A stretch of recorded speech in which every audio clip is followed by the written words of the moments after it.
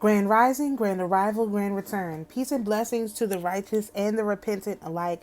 I am Chief Sophia of the AMARUKHAN Band of Indians, and in this video we're going to discuss the Temple of Virgo and its ruler, Demeter. Now, we have not talked about Demeter at all. I did not read this article yet, like I have with Artemis and Apollo, because technically we don't go into this Demeter energy until the sun changes signs into, well, actually technically we enter the Demeter energy when the sun changed signs into Virgo. Is that right? Yeah, when the sun changed signs into Virgo. So we're well into Demeter energy. Right now I think we're 9 degrees in to this temple.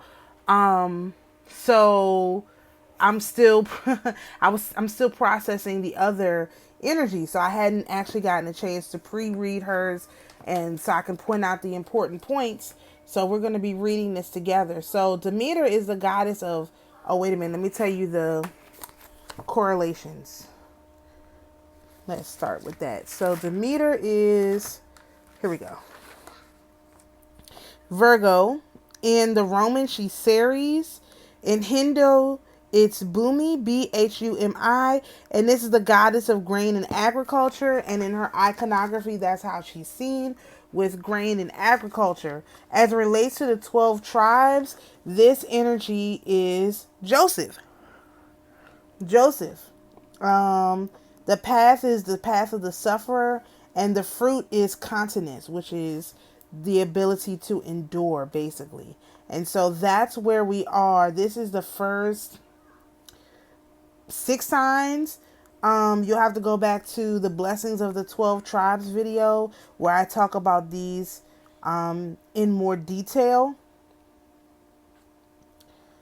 Where I talk about these in more detail. So let's go into, again, this is just the Wikipedia. So if you are a Virgo, like I am, and you have a lot of Virgo in your chart, you may want to go and read this for yourself so you can get an understanding of who is ruling this particular temple, okay?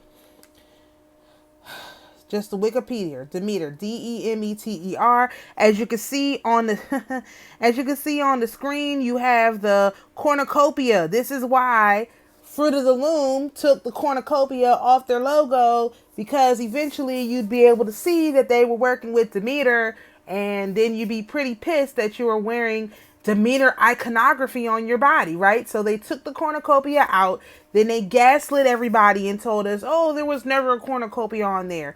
Also, the cornucopia is related to Amothea's horn. So this could indeed be Amothea's horn, who is one of the daughters of Job. So we probably have already encountered Demeter in her Amothea's horn robe, or avatar. That's a better word, avatar. Okay, so Demeter is the goddess of the harvest, agriculture, and fertility, and sacred law. Her animals are the pig. Oh, her animals are the pig. I'm sorry. Serpent, gecko, turtle dove, crane, and scops owl. Her symbol is the cornucopia, wheat, torch, poppy, and bread. That's all we need from here. All right. Oh, and she is Isis in the Egyptian. So I got that wrong. So when Cleopatra went to Mark Antony, she didn't go to Mark Antony as his sister, which would have been the moon goddess. He went to Mark Antony as Demeter, which is right under him, after him, subservient to him. So Mark Antony in his Helios form. So that's really interesting. And we haven't talked a lot about Isis or anything like that over here. So we don't have like a real good relationship with her, but we're going to get it. All right. So in the ancient Greek religion and mythology, Demeter is the Olympian goddess of the harvest and agriculture, presiding over crops, grains, food, and the fertility of the earth. Although Demeter is mostly known as a grain goddess, she also appeared as the goddess of health, birth, marriage, and connections to the underworld. She is also called Dio. Okay. In Greek tradition, Demeter is the second child of the Titans Rhea and Cronus, sister to Hestia, Hera, Hades, Poseidon, and Zeus. Like her other siblings, except Zeus, she was swallowed by her father as an infant and rescued by Zeus. Through Zeus, she became the mother of Persephone, a fertility goddess and resurrection deity. One of the most notable Homeric hymns, Homeric Hymn to Demeter, tells the story of Persephone's abduction by Hades and Demeter's search for her. When Hades, the king of the underworld, wished to make Persephone his wife, he abducted her from a field while she was picking flowers, with Zeus's leave. Demeter searched everywhere to find her missing daughter, to no avail until she was informed that Hades had taken her to the underworld.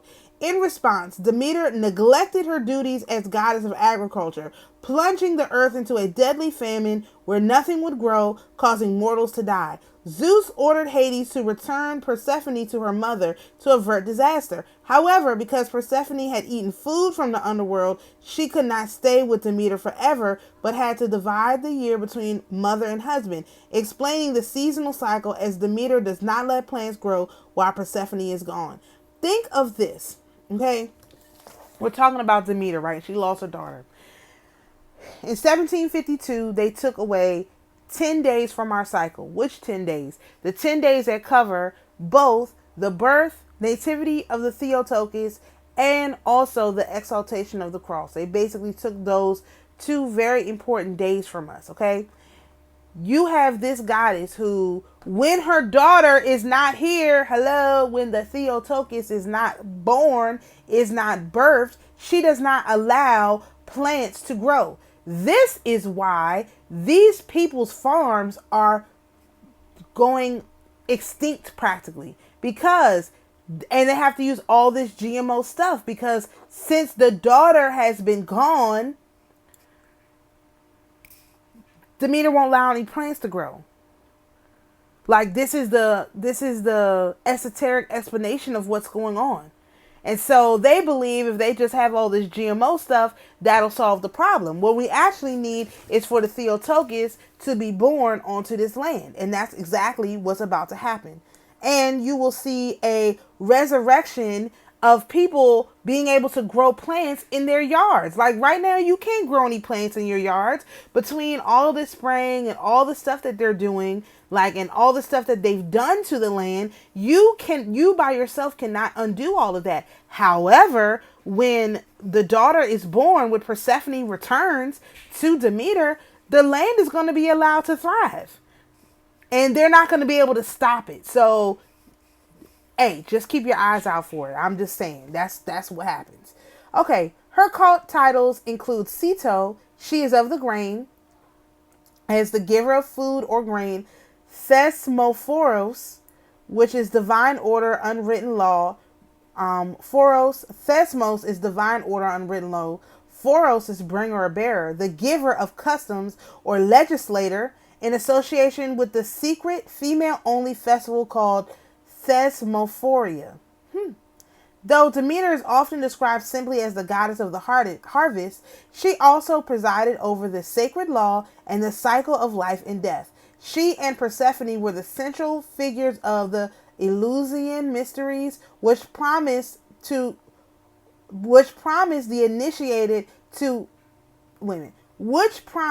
initiated a happy afterlife. Oh, you mean like a rapture? I'm sorry. This religious tradition is based on the ancient agrarian cults of agricultural communities and predated the Olympian pantheon, probably having its roots in the Mycenaean period, 1400 to 1200 BC. Demeter was also considered the same figure as the Anatolian goddess Cybele, and she was identified with the Roman goddess Ceres, okay? Damate is the etymology of her name. All right, let's Let's go to her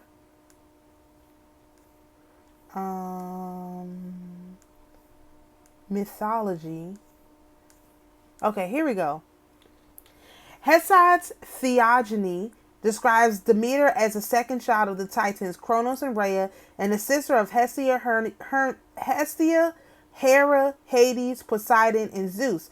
Alongside the rest of her sisters and brothers, with the exception of her youngest brother Zeus, Demeter was swallowed as a newborn by her father due to his fear of being overthrown by one of his children. She was later freed when Zeus made Kronos disgorge all of his children by giving him an emetic.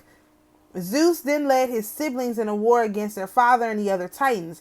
Kronos was supplanted by this new generation of deities, and Demeter thus became one of the Olympian gods, the new rulers of the cosmos, alongside her brothers and sisters.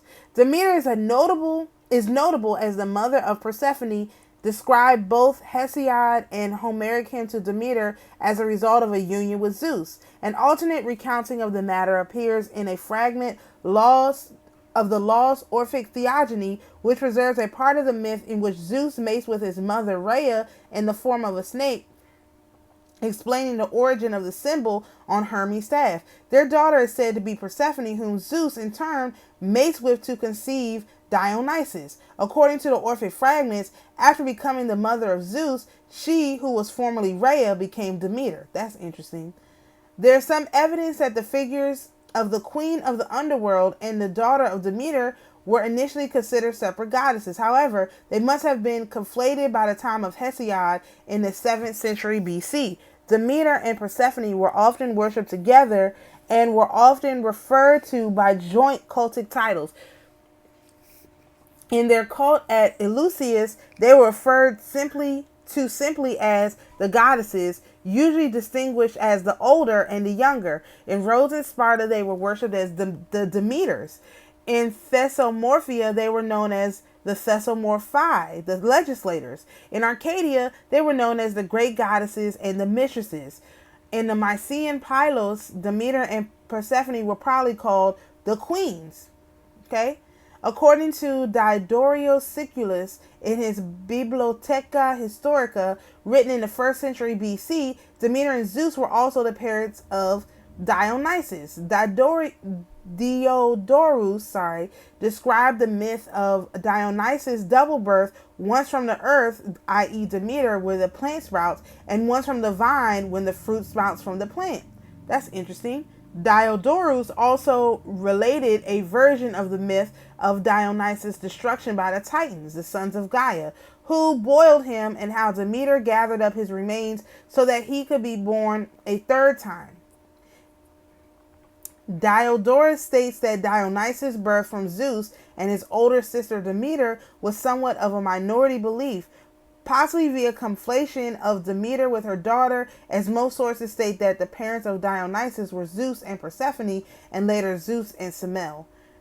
And you know what it sounds like? It sounds like the Titans, these sons of Gaia, were the bad guys. They were the former, like the old rulers of the zodiac, and they failed and they lost a very whatever battle, but they never quite gave up control. Like, they were beat fair and square. Like, Zeus and his folks beat them fair and square. And instead of giving up the ghost and going on to your next thing, they decided they were going to ignore the Titans and supplant them in all of our mythology. So when you think you're talking to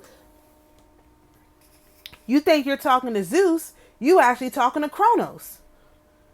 Because Zeus is supposed to be the ruler of Jupiter. We don't have Kronos in our mythology. So why Kronos is time? Why is time an issue? We don't have a mythology that really, none of these entities, let me make sure. None of these entities relate to time. I just want to make sure that was right. Yeah, none of these entities relate to time. So why are we... Kronos is the leader of the AI gods, huh? Is that what it is? Okay.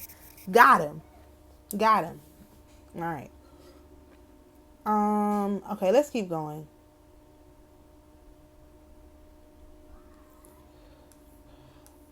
Okay, the abduction of Persephone. Let's not talk about that. Okay, Demeter at Eleusis. Demeter searched for her daughter, took her to the palace of Celeus, the king of Eleusis in Attica. She assumed the form of an old woman to ask him for shelter. He took her in to nurse Demophon and Triptolemus, his sons, by Metaneira. To reward his kindness, she planned to make Demophon immortal. She secretly anointed the boy with ambrosia and laid him in the hearth's flames to gradually burn away his mortal self. But Metaneira walked in, saw her son in the fire, and screamed in fright. Demeter abandoned the attempt. Instead, once Persephone returned from the underworld, she and Demeter taught Triptolemus the secrets of agriculture, and he in turn taught them any who wished to learn them. He taught so what he was taught for free, he also taught for free, okay? Thus humanity learned how to plant, grow, harvest grain. The myth has several versions. Some are linked to figures such as all these people. All right.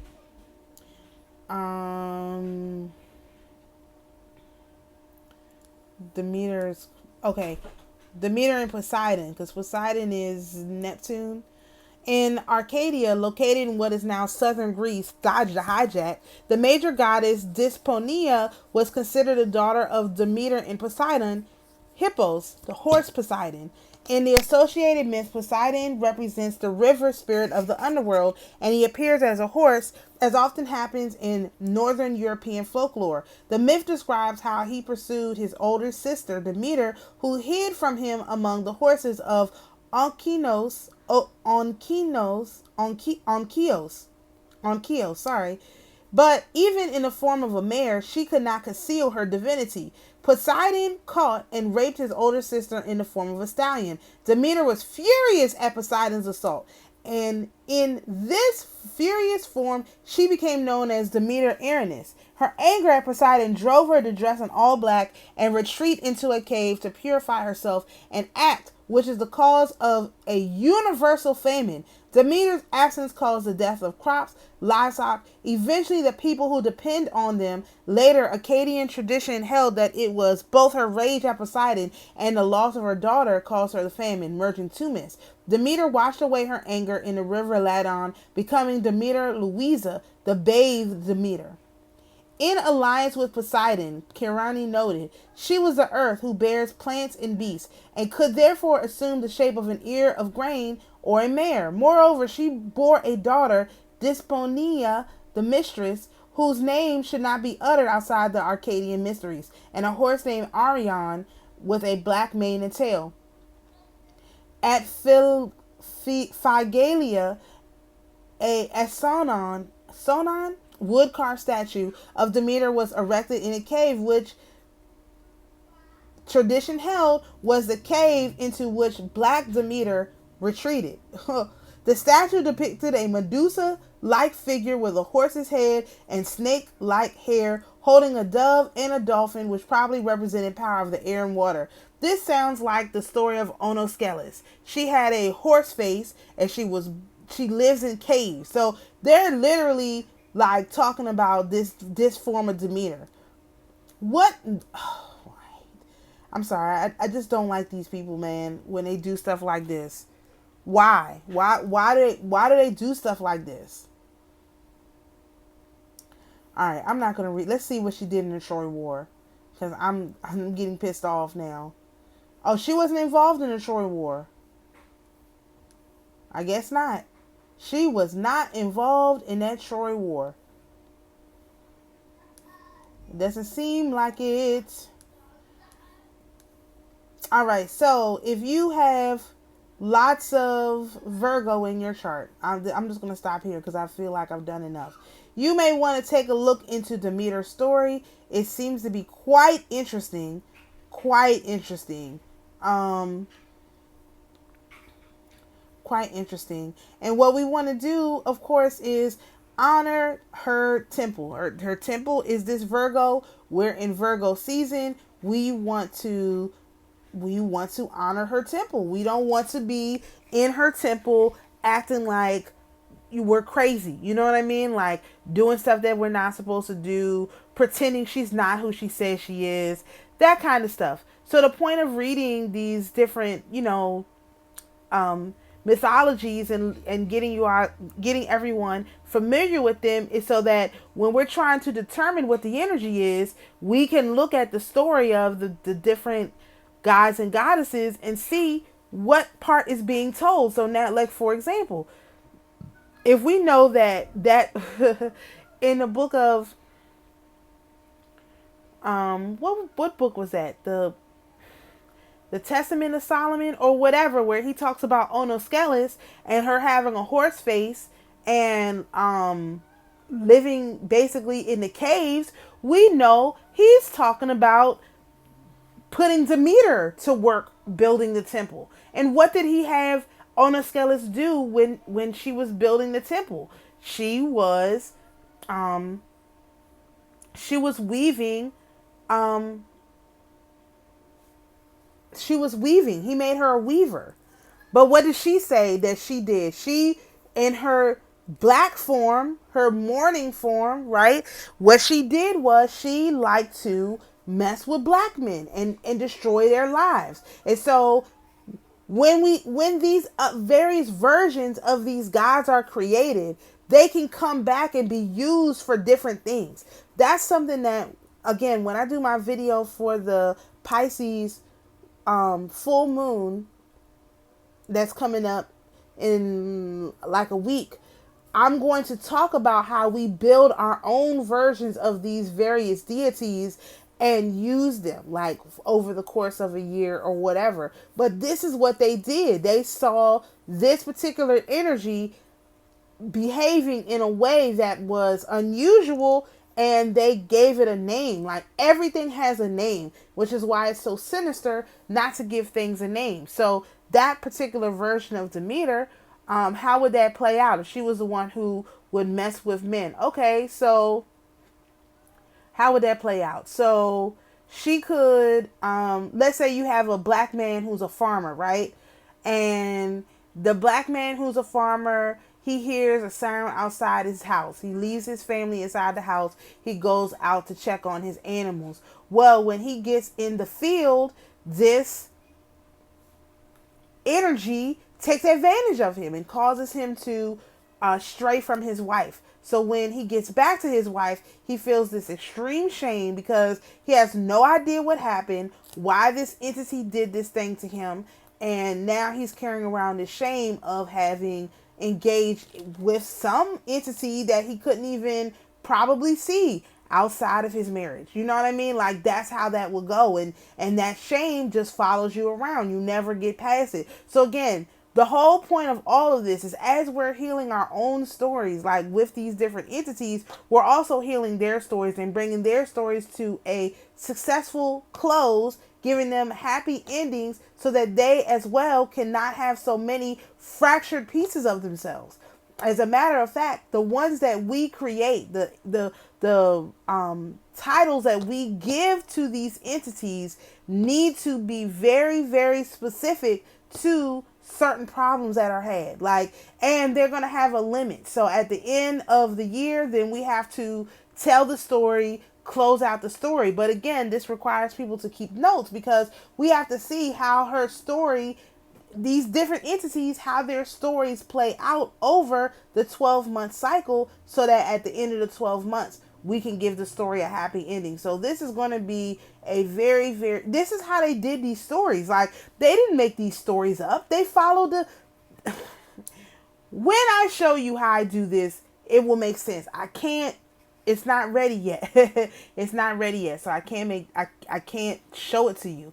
But when I do, it will make complete and total sense. So hopefully this is helpful to you. Again, if you have lots of Virgo energy in your chart, please go and read her story, Demeter, in the actual Wikipedia and do some research on her for yourself. So shalom, peace and blessings, and we'll see you in the next video.